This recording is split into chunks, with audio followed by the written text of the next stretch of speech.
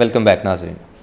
अच्छा सर, आप DHQ झंग का तो आपने बताया कि आप उसके MS रहे और उसमें आपने जो भी खिदमात अंजाम दी, उसके बाद DHQ फैसलाबाद के भी आप मेडिकल सुपरिटेंडेंट रहे हैं, तो एक साथ इजाफी चार्ज दिया गया था आपको ये? जी, वो ऐसे था ना कि जब मैं जंग में हमने हमारा पहला जंग का हॉस्पिटल था जो ISO सर्टिफाइड है, और ये इंग्लैंड की LQS कंपनी थी जिसने आके किया था। और ये दूसरा हॉस्पिटल था पंजाब का जो हेल्थ केयर कमीशन ने एक्रेडिट किया था कि बड़ा हमारे पास बड़ा ही ज़्यादा उसमें वो क्रेडिट जाता है उसका, हमें क्रेडिट जाता है उसका। फिर ये कि वहाँ पे अब MCPS गायनिकोलॉजी वो मैंने शुरू करवाया था, वहाँ जाके रिकगनाइज करवाया था उसको। अब उधर गायनिकोलॉजिस्ट बंद नहीं है DHQ लेवल पे, तो वो अब बड़ा था। वहाँ से फिर मेरा ना ट्रांसफ़र हो गया एक इधर चिल्ड्रन हॉस्पिटल फैसलाबाद में नवंबर 18 में। तो यहाँ पे जब मैं आया तो जाहिर है मेरी तो आदत थी काम करना, बातें तो अपने को आती नहीं है ज़्यादा। तो मैंने अपना विजिट पे गया, बल्कि सुभान साहब थे हमारे इधर डिप्टी डायरेक्टर जो थे इंफॉर्मेशन के, वो आए हुए थे, तो मैं उनको साथ ही था। तो मैंने पूछा जाके, मैंने कहा कितने CT स्कैन हुए हैं पिछले माह में? तो state of the art CT scan machine 640 slices की CT स्कैन मशीन है यहाँ। तो उन्होंने कहा जी 3। अच्छा, मैं पूरे माह में 3 यार, तो कितने बंदे? कहते बंद मरीज ही को नहीं आता। अच्छा, इधर ये हालत थी कि पेशेंट बट 2 बजे के बाद ये बंद हो जाता था किस्म का ना, एमरजेंसी तो लेता ही कोई नहीं था। आइए एमरजेंसी आगे चला दी, लाइट में ले जाए, DHQ में ले जाए। उसकी क्या वजह थी? बस नहीं था कोई बंदा, वाली बार से शायद नहीं था अस्पताल का। फिर मैंने तो आके फिर इसको वही अब CT स्कैन अब 30-40 हो रहे हैं। फिर मैंने सारी फैकल्टीज़ शुरू करवाई, 16 की 16 फैकल्टीज़ चलवाई। इनका जो था, इनकी जो डिमांड्स थी कंसल्टेंट्स की, मैंने उनको बुलाया। मैंने कहा जी मैं आपका सबॉर्डिनेट हूँ, आपने सारा काम करना है, तो मुझे आपने बताना है कि आपको चाहिए क्या। अच्छा। मैंने आपकी डिमांड की चीज़ लेनी है, मैंने अपनी डिमांड की चीज़ लेनी। फिर जो उन्होंने मुझे कहते गए, फिर मैं उनका करता गया। अब यहाँ पे मैं गारंटेड से कह सकता हूँ कि मैं नहीं कहता को 1-2 दवाई का मैं नहीं कह सकता कुछ ने ली हो बाहर से, जो मुझसे चोरी ले ली हो किसी ने, या किसी ने लिख दी हो रात को। अदरवाइज़ 100% मेडिसिन यहाँ पे मिल रही है। सर्जरी हर किस्म की हो रही है, इवन न्यूरो सर्जरी हो रही है। और हमने ये डोनेशन पे मैंने एंजियोग्राफी मशीन लगवाई, उसका पूरा एंजियोग्राफी का सूट बनाया। अब बच्चों की एंजियोग्राफी जो पहले सिर्फ FIC में 1 दिन होती थी, अब यहाँ 7 डेज़ अ वीक होती है। जब भी कोई एमरजेंसी है कि यहाँ पे होगी, वो दिल के झुराफ जो बंद करते हैं उसके सर अभी तक हमको मेरे ख्याल 40 कर चुके हैं माशाल्लाह। डॉक्टर उस्मान रशीद हमारा कार्डियोलॉजिस्ट है, बहुत ही इन्वेस्टिव कार्डियोलॉजिस्ट है, बड़ा काम करने वाला है। सही। तो उसके बाद इधर गैस्ट्रो एंट्रोलॉजी का शोबा था, एंडोस्कोप पड़ी हुई थी, लेकिन वो छोटे छोटे जो गैजेट थे जो आगे इस्तेमाल होने थे वो नहीं थे। वो मैंने कहा डॉक्टर साहब आप लें, डॉक्टर नगीना शादी गोल्ड मेडलिस्ट हैं, 4-5 हैं टोटल गैस्ट्रो बच्चों की वर्ष उसमें डॉक्टर नगीना शादी हमारे पास। सही। तो मैंने कहा जी डॉक्टर साहब आप लें जो आपने लेना है, हम उसको पे करेंगे, मैं गवर्नमेंट के खर्चे से दूँ, मैं डोनेशन से दूँ, लेके जहाँ से मर्जी लें। फिर बच्चों का डायलिसिस कोई नहीं था पूरे फैसलाबाद में, ना सर प्राइवेट तौर पे और ना लाहौर जाते थे बच्चे। फिर मैंने रिक्वेस्ट की दोस्तों से, डायलिसिस सेंटर बनाया पूरा। अब हमारे पास 3 मशीनें, अब मेरे ख्याल 500 से ज़्यादा हम डायलिसिस कर चुके। अच्छा। बच्चों के नेफ्रोलॉजिस्ट हमारे पास हैं, 2 नेफ्रोलॉजिस्ट हैं, बल्कि रादर अब तो एक और ट्रांसफ़र होकर मुल्तान से आए। ज़बरदस्त।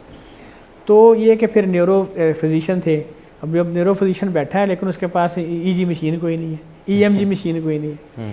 वो फिर ये कि कंसल्टेंट्स ने मेरा बहुत साथ दिया, नो डाउट। उन्होंने भी फिर जहाँ से भी डोनेशन उन्हें भी मिली है ना, उन्होंने भी ली है, जो मैं गवर्नमेंट की तरफ से कर सका मैंने भी किया। जब गवर्नमेंट के बगैर तो कुछ कर नहीं सकते ना। जब अब एंडोस्कोपी मशीन अब कौन लेके देगा बार बार किसी को करोड़ों रुपए, गवर्नमेंट लेके दे सकती है। अब ये CT स्कैन मशीन 16 करोड़ की थी, ये कौन को लेके दे सकता है? गवर्नमेंट ही लेके। अच्छा, ये ज़्यादातर अगर बात की जाए अखराजात जो गवर्नमेंट की तरफ से फंड्स मिले, ये आपको गुज़श्ता गवर्नमेंट में मिले हैं या PTI की हालिया मौजूदा गवर्नमेंट? नहीं, मैं तो आया ही PTI की गवर्नमेंट में। अच्छा। 18 में ना, नवंबर 18 में आया हूँ। ओके। उस वक्त तो गवर्नमेंट या चेंज हो चुकी थी, मुझे अब एग्जैक्ट भी नहीं याद, लेकिन हमें फ़ंड्स मिले हैं। ओके। और हम आप मुतमईन है फंड्स के हवाले? जी बिल्कुल, ठीक है। इधर काम हो रहा है इधर। अब देखें ना, एक जहाँ पे 700 मरीज़ ही एंटर होता था, अब 2 से 2,500 मरीज़ रोज़ का आ रहा है। एमरजेंसी में 400-500 मरीज एमरजेंसी है, ICUs हैं 16 तो हमारे पास, 14 तो वेंट है हमारे वेंटिलेटर्स जो 24 आवर्स बिजी रहते हैं। ओके। और एक का खर्चा आप जाके शिफा में देखें ना तो 40,000 30-40,000 रुपये एक दिन का खर्चा है। अच्छा। लेकिन हम तो दे रहे, फ्री ऑफ कॉस्ट दे रहे हैं। ठीक है, कोई ऐसा इशू नहीं। ओके। तो ये कि फिर थिएटर हमारे सर्जन हैं डॉक्टर अफसर मिर्ज़ा, ग्रेट सर्जन है। डॉक्टर जाहिद है हमारे मेडिसिन के हेड, यानी सारे एक नाम वाले बंदे हैं। फिर हमारे डीन साहबा हैं प्रोफेसर डॉक्टर हिना आयशा साहबा, वो देखिए डीन साहबा हैं, वो उनका एडिशनल चार्ज है उनके पास। वो अगर चाहें तो जाहिर है एक आध दिन उन्होंने आता होता है, 2 या 4 दिन के लिए आती हैं चक्कर लगा के, इंतज़ामी अमूर देखने होते हैं फैकल्टी के, वो देख लें। लेकिन उन्होंने मुझे कहा कि भी मेरा आउटडोर बनाए, मैंने आउटडोर, वो बेसिकली एंडोक्राइनोलॉजिस्ट भी हैं। ओके।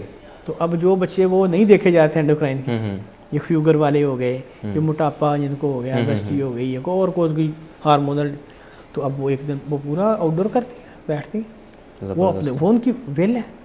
और मैंने बताया ना कि जहाँ पे आपको, यानी उनकी वो जॉब रिस्पॉन्सिबिलिटीज़ में नहीं था, लेकिन वो बैठ रही हैं, वो कर रही हैं, मरीज देख रही हैं, तो मैं कितने भी देख रहा। तो वो ये कि अपना डॉक्टर आयशा है ऑर्थोपेडिक में, किस किस का नाम लूँ, सभी डॉक्टर इरम हैं, डॉक्टर उमैर बिरक हैं, एक नाम है न्यूरो फिजिशियन में। सही। तो सर ये जितनी फैसिलिटीज़ प्रोवाइड की जा रही हैं, सर्विसेज तमाम की तमाम टोटली फ्री ऑफ कॉस्ट हैं? टोटली फ्री ऑफ कॉस्ट है, सवाए इम्प्लांट्स के। ओके। इम्प्लांट मतलब किसी का ऑर्थोपेडिक का कोई इम्प्लांट लेना है तो वो उसने लेना, वो हम ले नहीं सकते, वो ना एलपी कर सकते हैं ना हम वहाँ दे सकते हैं। उनको डोनर चाहिए होगा? नहीं, वो ले लेते हैं लोग इतना। अच्छा। तो जब जिसका 1 लाख का ऑपरेशन फ्री हो रहा है उसको 5-7 हज़ार का अगर लेना पड़ जाए कि इम्प्लांट उसकी टांग में डलना है या उसी बच्चे की हिप में डलना है तो वो तो ले लेगा, कोई ऐसा इशू नहीं है, कभी इशू हुआ नहीं ऐसा।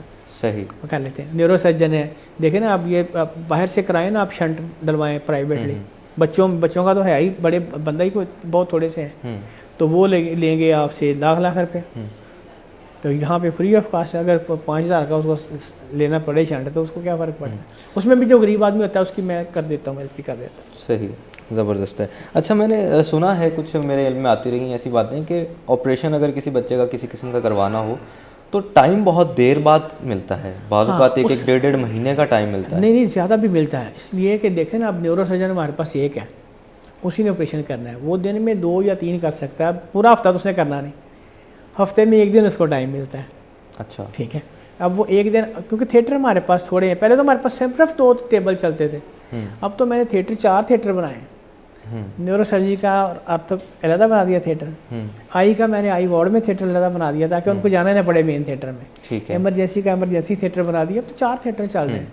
तो अभी लेकिन इतना नहीं है कि बहुत ज़्यादा टाइम मिले, लेकिन ये कि ज़ाहिर है पेशेंट बहुत है, रिसोर्सेज कम है। अभी ये फर्स्ट फेज़ है, ये पूरा चिल्ड्रन अस्पताल तो भी बना नहीं।